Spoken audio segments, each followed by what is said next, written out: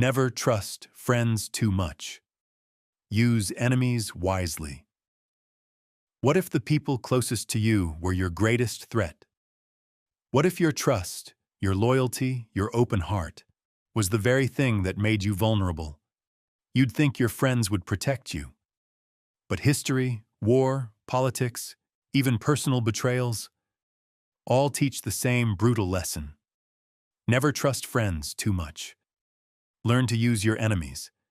This isn't bitterness, it's not paranoia, it's a survival tactic, a philosophy of power grounded in reality, not fantasy. Friends come with emotions, expectations, entitlement. That makes them unpredictable. It makes them dangerous. Enemies, on the other hand, they come with clarity. You know where they stand. You know they want something, which makes them easier to understand and more useful. Let's go back. In ancient China, the great strategist Han Xin rose from being a street beggar to a supreme military commander. He did it by defying one rule. He didn't rely on his friends. In fact, he avoided placing close friends in powerful positions. Instead, he promoted men who had once opposed or insulted him, men who feared him, respected him, and were eager to prove their loyalty. Why?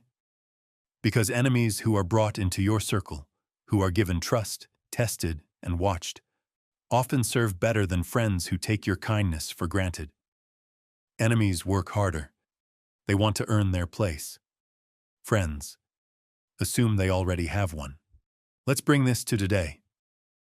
You trust someone, a business partner, a close friend, a collaborator. You tell them your plans. You let your guard down. But then, they cut corners. They get jealous. They feel entitled to your success. They make emotional decisions. Why? Because they see you as a friend, not as a leader, not as a strategist. And friendships, they blur lines. But an enemy? He doesn't expect mercy. He respects strength.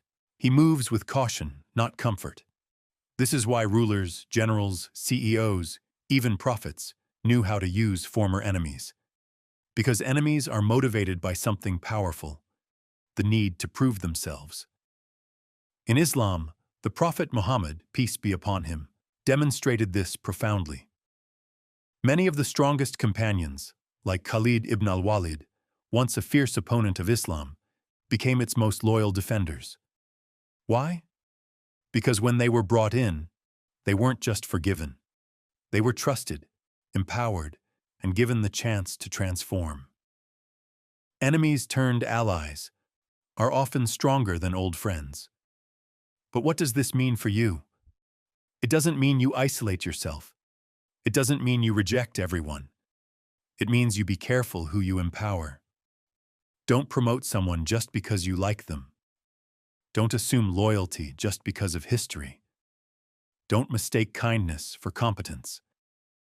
The truth is, many betrayals come not from your rivals, but from your friends, because they know you.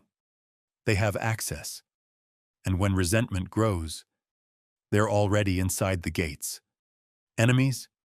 They're outside. You see the logic now. When you build a team, don't just look for agreement. Look for ability. Look for hunger. Look for people with something to prove. And sometimes, just sometimes, that means shaking hands with a former rival. Because when people hate you, but still choose to work with you, they're choosing respect over comfort. That's power. Let's be clear. This isn't about using people. It's about understanding psychology. People who have fought their way in, who weren't handed your favor, will fight harder to keep it. People who were always on your side sometimes forget what you're worth. So test your allies, watch your friends, and never assume that comfort equals loyalty. This isn't pessimism, it's protection. It's wisdom earned from centuries of betrayal. The Roman general Julius Caesar was stabbed not by his enemies, but by his closest allies. Napoleon was betrayed by those he promoted. Leaders fall, not from frontal attacks, but from whispers in the halls of trust. So what's the solution? Stay sharp. Don't let emotions blind you. Promote based on discipline, not friendship. Reward those who bring results, not those who make you feel safe. And when an enemy shows humility, shows growth, don't be afraid to use that. Not to punish, but to build something stronger. Because nothing earns loyalty like redemption. The man who fought you yesterday and stands by you today is often more stable than the man who stood beside you forever and started to drift. This is real power. The ability to look beyond emotion, to lead with clarity, to manage both friends and enemies, without being blinded by either. Ask yourself, who around you have you trusted too easily? Where has comfort made you careless? And which former rival might just be your greatest weapon? Betrayal doesn't always start with hate. Sometimes it starts with love, mismanaged, unchecked, and unstructured. You bring someone close because you trust them. You share ideas, access, decisions. You think, they'd never cross me. We've been through too much. But that's not how loyalty works. Loyalty fades when boundaries blur. And where there are no boundaries, resentment grows. Because eventually, someone feels like they're doing more. Like they're owed more. Like they don't need to earn what was once freely given.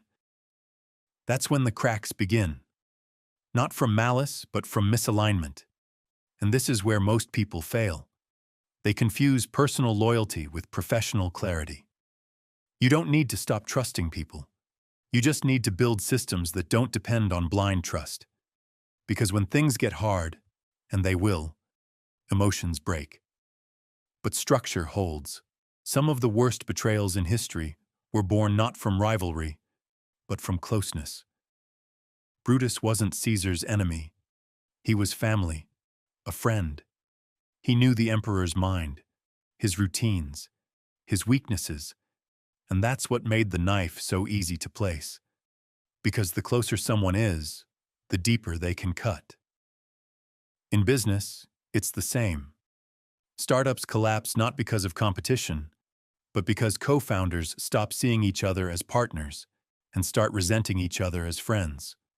One thinks, I carried us. The other thinks, you forgot what I gave up for this.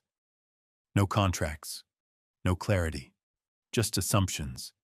And assumptions kill more dreams than bad luck ever could. That's why strong leaders are strict, not because they don't trust, but because they do. They trust the mission enough to protect it from human emotion. They write things down. They schedule check-ins. They keep roles defined.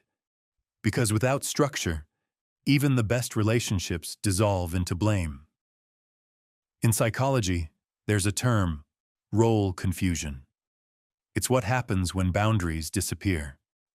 When your friend becomes your business partner, your therapist, your critic, your cheerleader, all at once. No clarity, no rules, just feelings. And feelings make terrible frameworks for decisions, especially when money, time, and identity are involved. Sometimes, betrayal doesn't begin with evil. It begins with comfort. You share everything with a friend, your dreams, your fears, your plans. You build something together. You grow together. But slowly, lines blur. The friend starts to believe they deserve more. They forget the roles. They forget the vision. And suddenly, you're not building with them anymore. You're fighting to protect what you built from them. Why? Because emotion replaced structure. Because friendship replaced accountability. And here's the truth nobody wants to say. Familiarity breeds entitlement. When someone has too much access, they stop appreciating it. They stop earning it. They start expecting it. That's when the danger begins. In every empire, in every great story of downfall, there's always someone who got too close and then felt bold enough to take. So the wise don't shut out emotion, but they don't run on it either. They use it. They respect it. But they build systems that don't depend on it. They separate heart from hierarchy. They protect clarity, even when it feels cold, because they know the colder truth now saves you from the burning collapse later. You want to protect your dream? Then protect it from the people you love most, because sometimes the biggest threats wear the softest smiles. They cheer for you until they feel left behind. They support you until your success makes them insecure. It's not always envy. Sometimes it's fear. Fear that you'll outgrow them. Fear that they'll lose their place in your life. And so, without even realizing, they start to sabotage you. Not directly, but slowly, subtly. They doubt your decisions. They discourage your risks. They question your leadership. They say things like, "Don't change. Don't forget where you came from. Don't get too serious." It sounds like care, but it's control.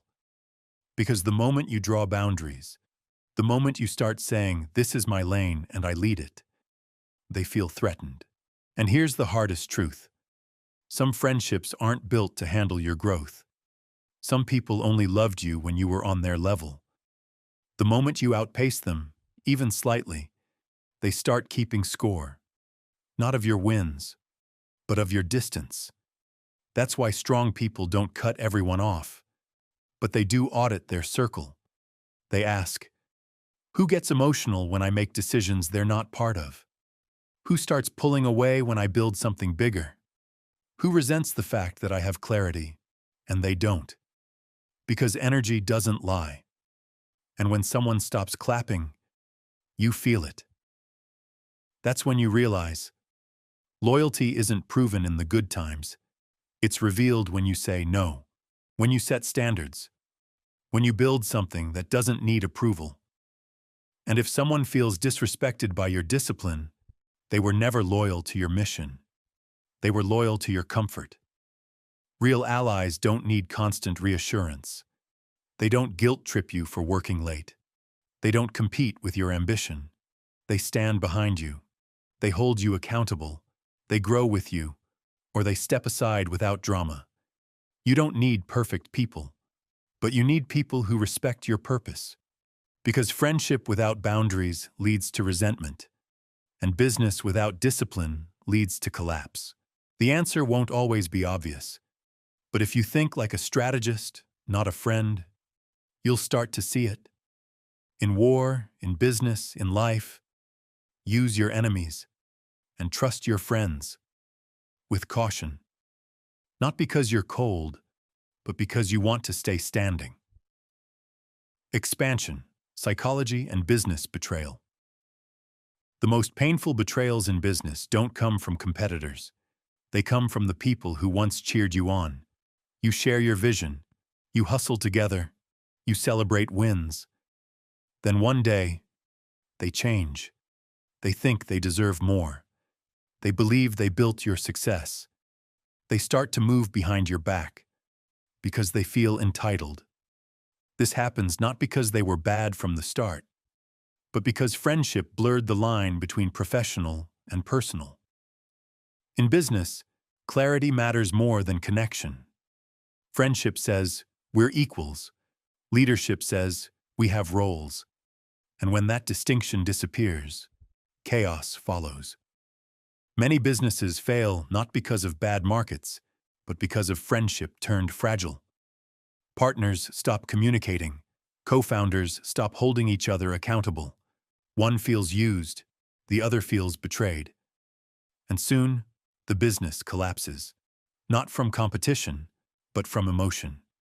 This is why the strongest leaders set clear boundaries. They separate personal bonds from business agreements. They create contracts even with best friends. Because they know, when the stakes get high, people change. Psychology tells us something powerful. The more familiar we become with someone, the more we assume we know their intentions. That's dangerous. Assumptions breed blindness. Blindness breeds vulnerability. And vulnerability, without structure, invites betrayal. It's not about paranoia. It's about professionalism. Real strength is when you can say, I love you as a friend, but we sign the same contract. I trust you as a brother, but we'll review the deal line by line. Because when things go wrong, and they will, it won't be emotion that saves the partnership. It'll be structure. It'll be clarity. It'll be a system built not on feelings, but on foresight. So yes, work with people you care about, but never let care cloud your judgment. Protect the mission, protect the relationship, with clear rules, clear lines, and clear eyes. That's how empires last, not by emotion, but by discipline,